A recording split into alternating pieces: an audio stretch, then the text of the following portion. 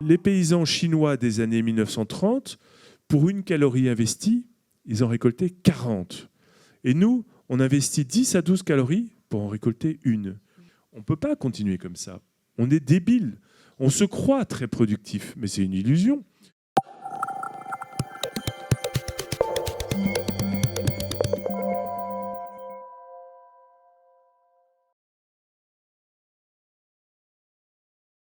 La permaculture, c'est avant tout un système conceptuel qui nous permet d'imaginer des installations humaines qui s'inspirent de la nature.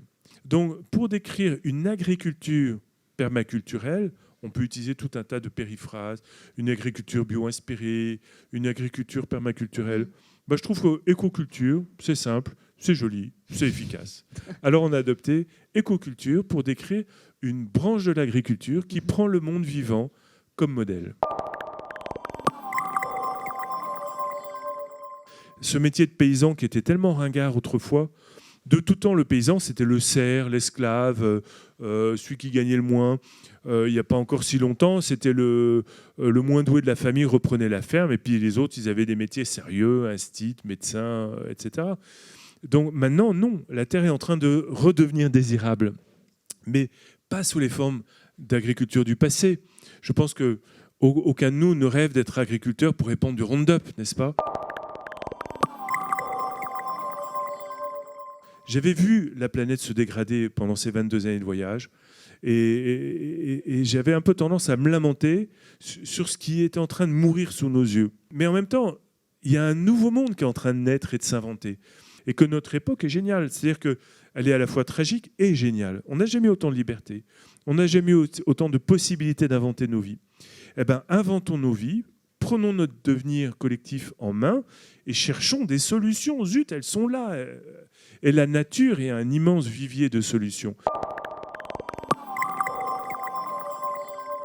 Demain, il n'y aura plus de pétrole, ou il sera inabordable. Et même si on avait encore, il vaut mieux le laisser sous terre, parce que si on continue à l'extraire, on n'arrivera pas à contenir le changement climatique en deçà de 2 degrés. Et au-delà de 2 degrés, vous le savez tous, on ne sait pas comment vivront les générations à venir, ça sera dramatique. Donc il faut absolument qu'on sorte de l'agriculture du pétrole et qu'on en arrive à une agriculture du soleil et du vivant. En termes d'efficacité énergétique, on est très mauvais. Alors nous, on cherche par tous les moyens à avoir une ferme très efficace à partir de l'énergie de notre étoile, le soleil. On va changer le monde par petites tâches. C'est pour ça que chaque petit jardin de banlieue, chaque balcon, rien n'est insignifiant, tout est important.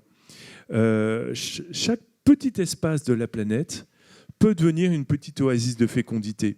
Vous direz, mon balcon, il fait 1 mètre carré, il fait 5 mètres carrés, ou mon petit jardin de banlieue, il fait 50 mètres carrés. Ok, mais c'est une oasis en puissance, vous voyez. Et si tout le monde s'y met, petite tâche par petite tâche, on va renaturer la planète, recréer de la fécondité, accueillir la biodiversité, et on va changer le monde. Quelque part, on fait grandir des plantes. Ce n'est pas nous qui les faisons pousser, hein, honnêtement. Aucun paysan n'a jamais inventé une seule graine. On est juste les assistants de ces forces de vie qui sont là depuis des centaines de millions d'années. On aide les végétaux à grandir et ils nous aident à grandir aussi en tant que personnes humaines. Et c'est un des plus beaux métiers du monde. C'est un des plus difficiles, mais c'est un des plus beaux parce que notre travail, c'est de prendre soin du vivant. Et tous les jours, on est les témoins de tous les petits miracles qui se produisent sur notre ferme, sur notre petit bout de planète. Les écolos, c'est le Far West trop souvent. Ils se tirent dans les pattes, ils se poignardent dans le dos. L'enjeu, c'est comment vont vivre les générations à venir sur la seule planète vivante connue. Alors, arrêtons de nous tirer dans les pattes. Chacun de nous est bourré de talent, de créativité, et cherchons ensemble des solutions. Arrêtons de nous exclure dans des petites guerres de chapelle.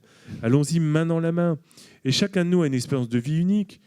C'est ensemble qu'on y arrivera.